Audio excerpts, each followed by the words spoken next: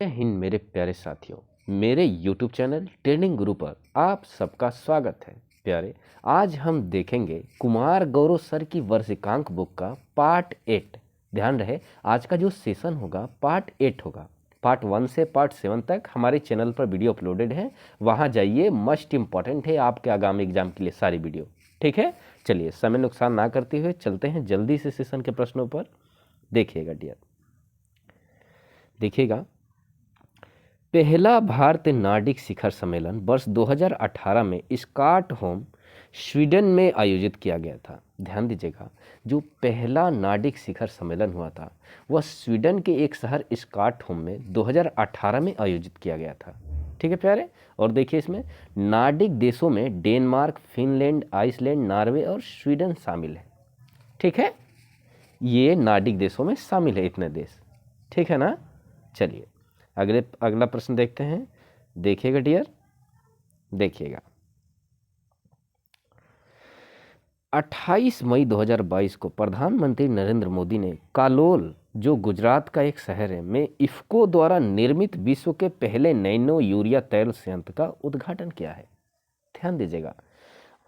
और देखिए नेक्स्ट, इसमें देखिए, इसका उद्देश्य किसानों को उत्पादकता बढ़ाने और उनकी आयु बढ़ाने में मदद करना है। प्यारे, मैं फिर से रिपीट कर दे रहा हूँ, मस्ट इंपॉर्टेंट क्वेश्चन है। इसमें से कैसे बन सकता है इस पैसे से प्रश्न एग्जाम में, देखिएगा।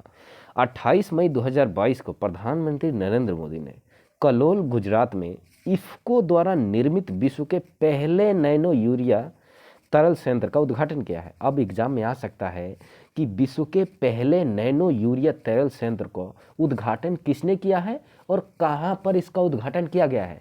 बताओ प्यारे, बन सकता है ना ऐसे प्रश्न।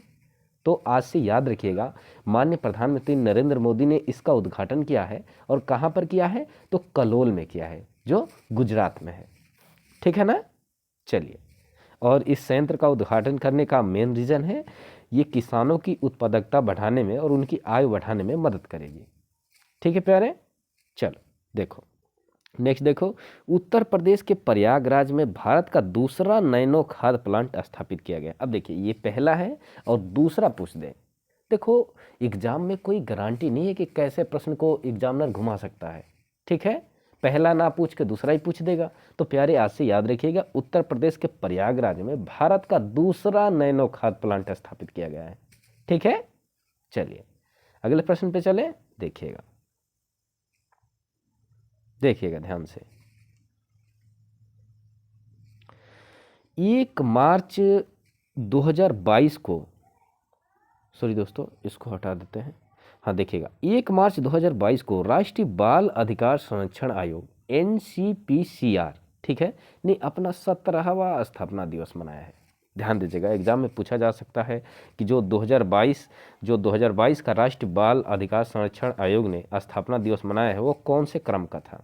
तो कौन से क्रम का था, 17th क्रम का था, 17वां क्रम का था प्यारे। ध्यान दीजिएगा। और इस अवसर पर NCPCR का नया आदर्श वाक्य भविष्यो रक्षिते रक्षित, भविष्यो रक्षति रक्षितः, ठीक है, यह लॉन्च किया गया। ठीक है ना। देखिए, और वर्तमान में इसकी अध्यक्षता प्रियंका कानूनगो के पास है। ठीक है, वर्तमान में इसके अध्यक्ष कौन है, प्रियंका कानूनगो है। मस्ट इंपॉर्टेंट है दोस्तों, एग्जाम में पूछा जा चुका है प्रश्न, ये प्रीवियस प्रश्न है, ध्यान दीजिएगा। और बाल अधिकार संरक्षण अधिनियम 2005 के द्वारा 2007 में यह स्थापित किया गया। देखो, अधिनियम एक्ट 2005 का था और स्थापित कब किया गया, 2007 में किया गया। ठीक है प्यारे, 2007 में। ध्यान रखिएगा, जो बाल अधिकार संरक्षण अधिनियम बना यह 2005 का अधिनियम बना और इसको स्थापित कब किया गया, 2007 में। सारे पॉइंट क्लियर हो गए ना, नहीं भूलेंगे ना आप। चलते हैं अगले प्रश्न पे। देखिएगा दोस्तों, इस बुक से वही प्रश्न को मैं हाईलाइट किया हूँ जो मस्ट इम्पॉर्टेंट है प्रश्न। ठीक है, इस पैसेज में आगामी एग्जाम में जो वैकेंसी आने वाली हैं उसके जो सिलेबस के अकॉर्डिंग देखें तो इम्पॉर्टेंट प्रश्नों को मैं हाईलाइट किया हूँ। देखो, अब ऊपर यही मान लो पैसेज है, ऊपर जो जानकारियाँ हैं केवल वो पढ़ने के लिए हैं। ठीक है, पर मैं इस बुक से वही प्रश्न को हाईलाइट किया हूँ जो एग्जाम में आएंगे। दोस्तों, हम कहानी पढ़ने लगे तो बहुत वक्त मतलब गुजर जाएगा, नष्ट हो जाएगा, समय की कदर भी तो करनी है। ये समय बचा के कहीं और एफर्ट लगाएंगे, मैथ पे लगाएंगे, रीजनिंग पे लगाएंगे, क्योंकि प्यारे केवल जीके पढ़ने से तो सिलेक्शन होगा नहीं, ठीक है ना। चलिए देखिएगा अगला प्रश्न, देखिएगा इसमें, छत्तीसगढ़ ओडिशा के बाद दूसरा राज्य बन गया है जिसने राष्ट्रीय उद्यान के अंदर सामुदायिक वन संसाधन अधिकारों को मान्यता दी है। ध्यान दीजिएगा, इतने बड़े पैसेज में मैंने देखा कि ये नीचे की 2 लाइनों में जानकारी मस्ट इंपॉर्टेंट है, जो हमारे आगामी एग्जाम आने वाले हैं उनके लिए इंपॉर्टेंट जानकारी है। तो देखो, छत्तीसगढ़ ओडिशा के बाद दूसरा राज्य बन गया है, पर पहला राज्य कौन है? ओडिशा। देखो अगर एग्जाम में आ जाए प्यारे कि वह भारत का पहला राज्य कौन है जो राष्ट्रीय उद्यान के अंदर सामुदायिक वन संधान अधिकारों को मान्यता दी है, बन गया ना प्रश्न। तो कौन सा राज्य है? तो ओडिशा है, और दूसरा आ जाए तो प्यारे छत्तीसगढ़ है, ठीक है ना, क्लियर हो गया ना। चलिए अगले प्रश्न पे चलते हैं। सॉरी दोस्तों, देखिएगा 7 जून 2022 को नगर विमान मंत्री ज्योतिराज सिंधिया ने नई दिल्ली में पहली बार राष्ट्रीय वायु खेल नीति 2022 लॉन्च की है, ठीक है। एग्जाम में ऐसे प्रश्न बन सकते हैं कि राष्ट्रीय वायु खेल नीति 2022 किसने लॉन्च की है, ठीक है। तो किसने लॉन्च की है? ज्योतिरादित्य सिंधिया ने, ठीक है प्यारे, जो नागर विमान मंत्री हैं। क्लियर हो गया ना। चलिए अगले प्रश्न पे देखिएगा, अगला प्रश्न देखिएगा। हिमाचल प्रदेश मंत्रिमंडल ने ड्रोन पॉलिसी 2022 और लॉजिस्टिक्स पॉलिसी 2022 को मंजूरी दी है। ध्यान दीजिएगा, और ड्रोन पॉलिसी बनाने वाला हिमाचल प्रदेश भारत का पहला राज्य बन गया है। प्यारे एग्जाम में बन सकते हैं कैसे प्रश्न, मैं देखो जो पैसेज पे हाईलाइट किया हूँ, जो प्रश्न को हाईलाइट किया हूँ, एग्जाम में कैसे बन सकते हैं यहीं पे बता दे रहा हूँ, और आप साथ साथ नोट्स बनाते चलिए। इससे बड़ी ही आसानी होगी आपको प्रश्न याद करने में, थोड़ा भी समय जायजा नहीं होगा, समय एकदम ही बचेगा आपका। इतनी मोटी बुक है प्यारे, उसमें से मैं वो प्रश्न को जब हाईलाइट कर दिया हूँ जो एग्जाम पॉइंट व्यू के लिए इंपॉर्टेंट है, तो आपकी समय की बचत कर रहा हूँ, ठीक है डियर। आपका जो समय बचेगा ये समय कहीं रीजनिंग में दीजिएगा, मैथ में दीजिएगा, ठीक है प्यारे। चलिए, और स्किप ना करिए वीडियो को, मस्ट इंपॉर्टेंट है। और मेरी पढ़ाने की शैली कैसी है, ठीक है प्यारे, जरूर कमेंट बॉक्स में राय दीजिएगा अपनी, ठीक है। देखिएगा, इस नीति के बनने से कृषि, बागवानी, उद्योग और गृह विभाग के काम में आसान हो जाएगा, ठीक है। देखो जो ये ड्रोन पॉलिसी बनाने वाला हिमाचल प्रदेश भारत का पहला राज्य बन गया है, ठीक है दोस्तों। ये जो ड्रोन पॉलिसी 2022 बनी है, ठीक है, ये बनने से क्या फ़ायदा है हमको? तो कृषि, बागवानी, उद्योग और गृह विभाग के काम आसान हो जाएंगे इससे, ठीक है प्यारे। यह पॉलिसी लाने का यही मूल कारण है, ठीक है। चलिए अब देखिएगा अगला प्रश्न, देखिएगा प्यारे ध्यान से देखिएगा। संयुक्त राज्य अमेरिका के न्यूयॉर्क विधानमंडल ने डिजिटल इलेक्ट्रॉनिक्स के लिए विश्व का पहला राइट टू रिपेयर कानून पारित किया है, ठीक है। संयुक्त राज्य अमेरिका के न्यूयॉर्क विधानमंडल ने डिजिटल इलेक्ट्रॉनिक्स के लिए विश्व का पहला राइट टू रिपेयर कानून पारित किया है। प्यारे एग्जाम में कैसे प्रश्न बन सकते हैं कि पहला राइट टू रिपेयर कानून किसने पारित किया है? किसने पारित किया है प्यारे? तो अमेरिका के न्यूयॉर्क विधानमंडल ने पारित किया है, ठीक है ना। मेरे बातों पर भी गौर कीजिएगा, और जो बोल रहा हूँ ना प्यारे, इसको नोट्स साथ साथ बनाते चलिए, ठीक है। मैं इस पैसेज को आसान से आसानी मैं देखो मेरे टैग पे लिखा भी है कि एकदम इस बुक को समझे आसान भाषा में। तो मैं दोस्तों व्यू बढ़ाने के लिए नहीं कर रहा हूँ, मैं वास्तव में आपको आसान भाषा में समझाऊंगा कि आपको बहुत ही आसान हो जाए समझना, यहीं पर याद हो जाए।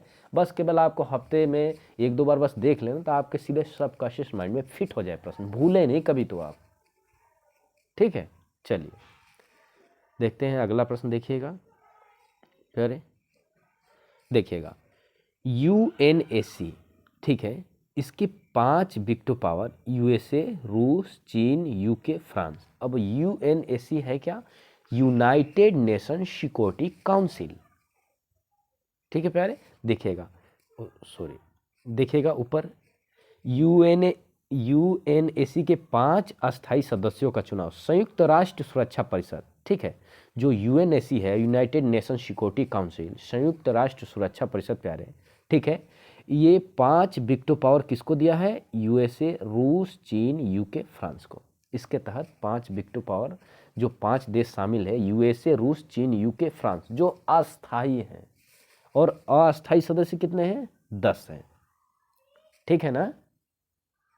यूएनएसी का फुल फॉर्म पूछ दे तो बता देंगे ना, देखो फुल फॉर्म ही पूछता है, ध्यान रखिएगा, फुल फॉर्म पूछता है एग्जाम में। तो यूएनएसी, यूनाइटेड नेशन सिक्योरिटी काउंसिल, ठीक है प्यारे। चलिएगा देखिएगा अगला प्रश्न, देखिएगा, देखिए, महिलाओं को सशक्त बनाने की दिशा में गुजरात के कच्छ में भारत की पहली बालिका पंचायत की शुरुआत की गई है। मस्ट इंपॉर्टेंट है, इसको इंपॉर्टेंट लगा लीजिएगा, ठीक है ना, इसको इंपॉर्टेंट टैग कर लीजिए, नोट्स बना रहे हैं तो प्यारे। एग्जाम में पूछा जा सकता है कि पहली बालिका पंचायत की शुरुआत कहाँ पर किया गया है, तो कहाँ पर किया गया है? गुजरात के कच्छ में किया गया है, ठीक है। और यह पहली बालिका पंचायत की शुरुआत करने का मूल कारण क्या है, क्यों किया गया है? तो महिलाओं को सशक्त बनाने के लिए, ठीक है प्यारे। सॉरी दोस्तों, खांसी बहुत हो गई है, पर फिर भी सोचा प्यारे आपका सेशन गैप ना हो, प्रतिदिन चले। देखिएगा एग्ज़ाम आने वाले हैं, मेरे को कुछ हो जाए कोई दिक्कत नहीं, नागा नहीं होना चाहिए, गैप नहीं होना चाहिए सेशन में। देखिएगा, महिला एवं बाल विकास मंत्रालय की जल्द ही संपूर्ण भारत में बालिका पंचायत शुरू करने की योजना है, ठीक है। देखो अभी तो गुजरात में यही योजना चली है, पर दोस्तों महिला एवं बाल विकास मंत्रालय ने जल्द ही पूरे संपूर्ण भारत में योजना लागू करने का विचार किया है, ठीक है, ठीक है ना प्यारे। देखिएगा, और इसका मुख्य उद्देश्य बालिकाओं को सामाजिक और राजनीतिक विकास को बढ़ावा देने और समाज में मौजूद कुरीतियों को दूर कर उनकी समस्याओं का समाधान करना होगा। इससे हमारी माता बहनें प्यारे जागरूक होंगी, ठीक है ना, जागरूक होंगी इस योजना के तहत, और जो समाज में जो मौजूद कुरीतियाँ और बुराइयाँ हो रही हैं उनसे लड़ेंगे, ठीक है ना, कॉन्फिडेंस आएगा लड़ने के लिए, उनको पता चलेगा कि इसका सलूशन क्या है, ठीक है ना, खुद पे डिपेंडेंट बनेंगे, ठीक है प्यारे। चलिएगा देखिएगा अगला प्रश्न, देखिएगा, 14 जून 2022 को भारत गौरव योजना के तहत भारत की पहली निजी ट्रेन कोयटुंबर उत्तर तमिलनाडु से साईनगर शिरडी महाराष्ट्र के लिए शुरू की गई। प्यारे प्रश्न आ सकता है कि जो भारत गौरव योजना के तहत भारत की पहली निजी ट्रेन चली है वो किसके किसके बीच चली है? तो कोयटुंबर से शिरडी के बीच चली है, साईनगर शिरडी के बीच चली है।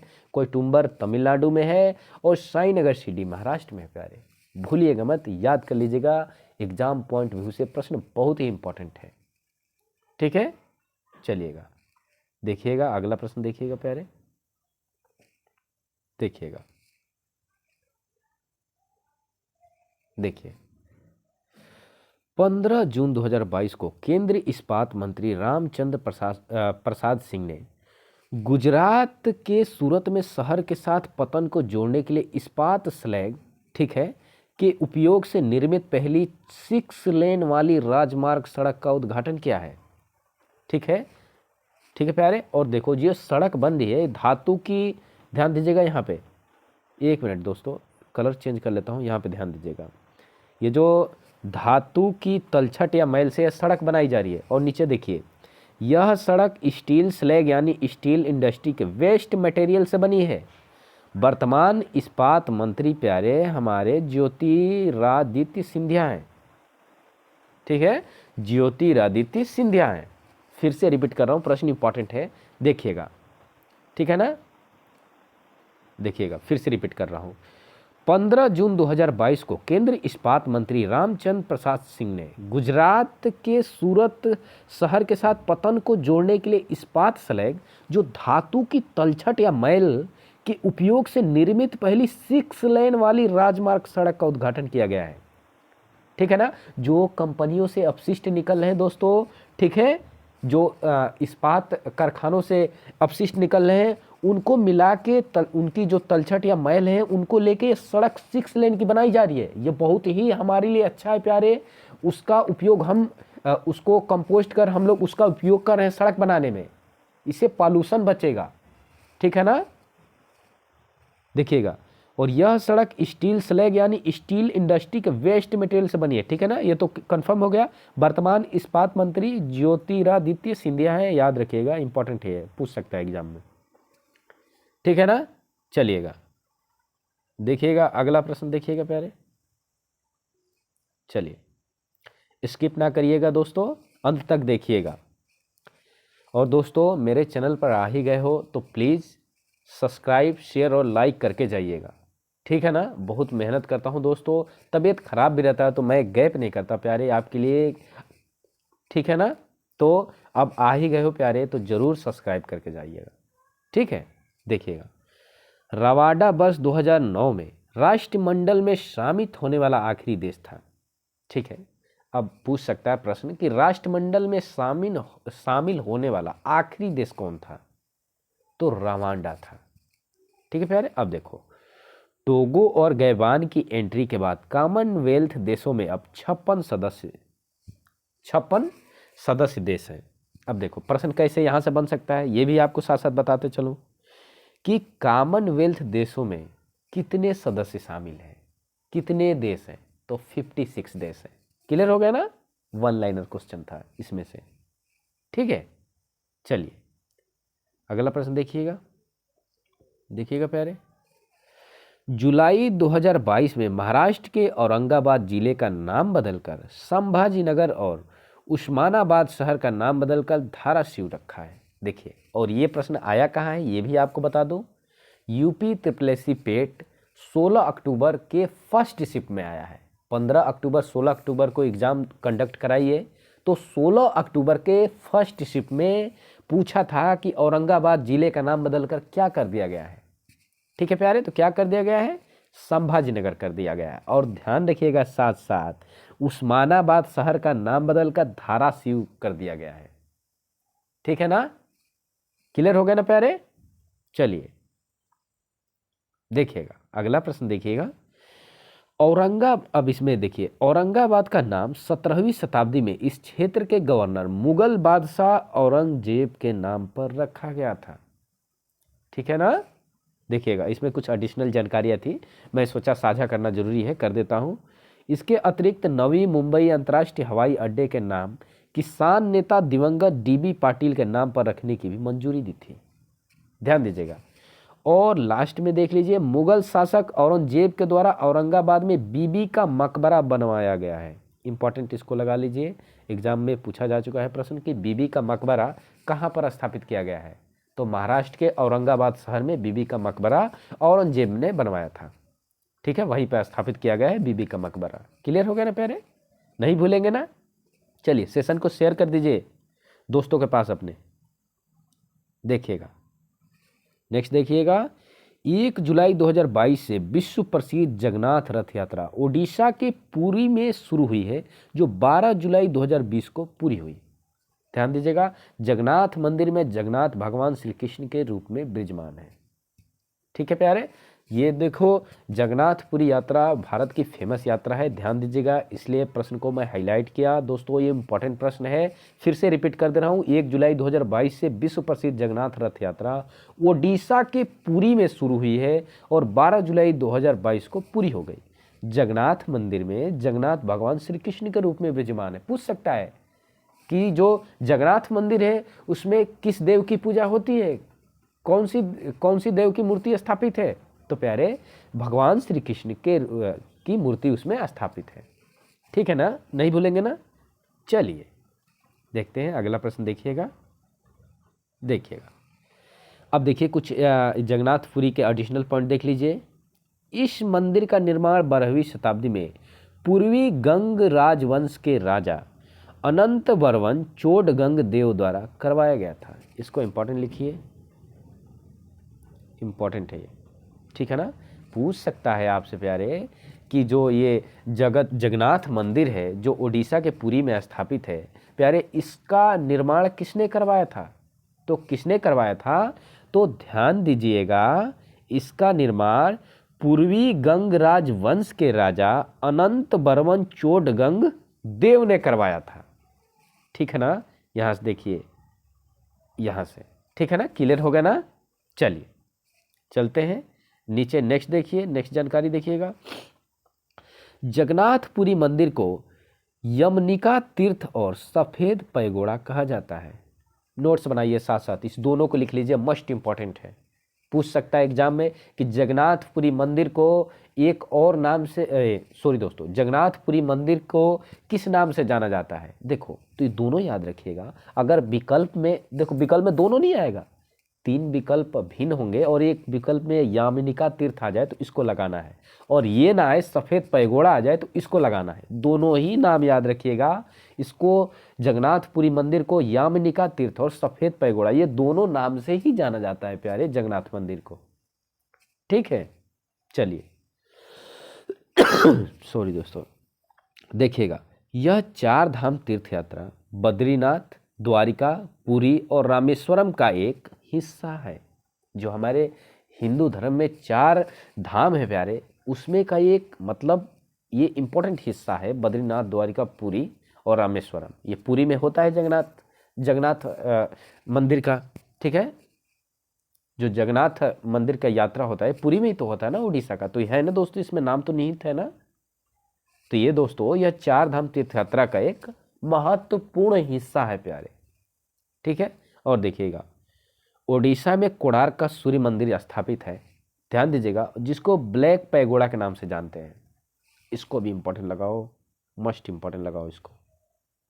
देखिएगा दोस्तों, कोणार्क का सूर्य मंदिर कहाँ स्थापित है, तो कहाँ स्थापित है, तो ओडिशा राज्य में स्थापित है। और जो कोणार्क का सूर्य मंदिर है प्यारे, इसको किस एक और नाम से जाना जाता है, तो ब्लैक पैगोडा के नाम से जाना जाता है।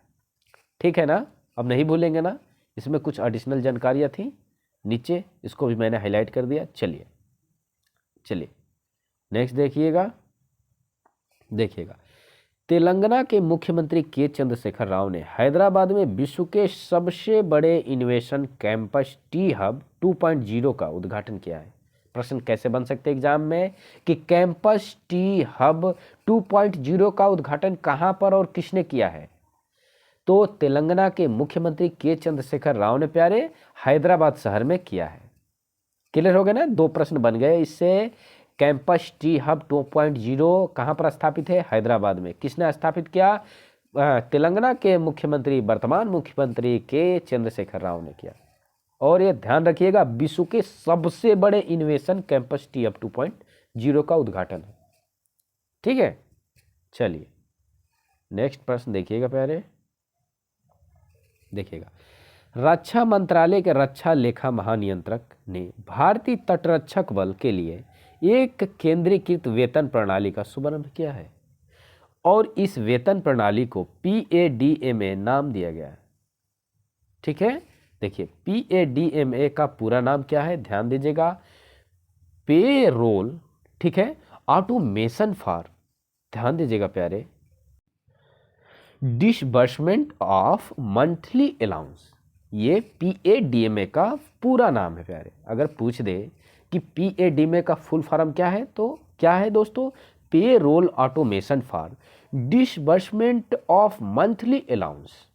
ठीक है, फिर से रिपीट कर दे रहा हूँ प्रश्न को, देखिएगा, रक्षा मंत्रालय के रक्षा लेखक महानियंत्रक ने भारतीय तटरक्षक बल के लिए एक केंद्रीकृत वेतन प्रणाली का शुभारंभ किया है, और इस वेतन प्रणाली को दोस्तों payroll automation for disbursement of monthly allowance नाम दिया है, जिसको शॉर्ट नेम PADMA है।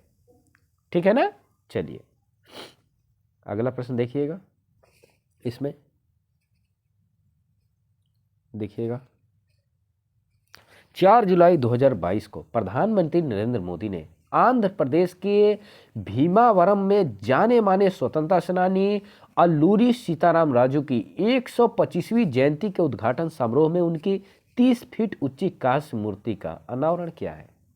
ध्यान दीजिएगा, ठीक है, चलिए अब देखिएगा दोस्तों, भारतीय सेना के डेजर्ट कोर ने राजस्थान के जोधपुर जिले में सीमा और तट सुरक्षा के पहलुओं पर सुरक्षा मंथन 2022 का आयोजन किया है।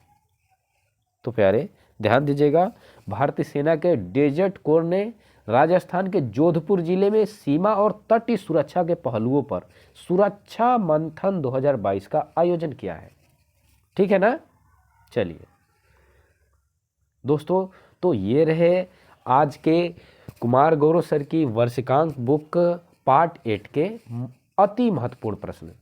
ठीक है, सेशन कैसा लगा कमेंट बॉक्स में अपनी राय जरूर दें। अगर सेशन अच्छा लगा प्यारे तो सेशन को शेयर लाइक ठीक है जरूर करें, और साथ में सब्सक्राइब भी करें मेरे चैनल को प्यारे। मैं प्रतिदिन ऐसे ही अच्छे अच्छे कंटेंट इस बुक से हाईलाइट करके लाता रहूँगा जो आपके आगामी एग्जाम के लिए अमृत होंगे।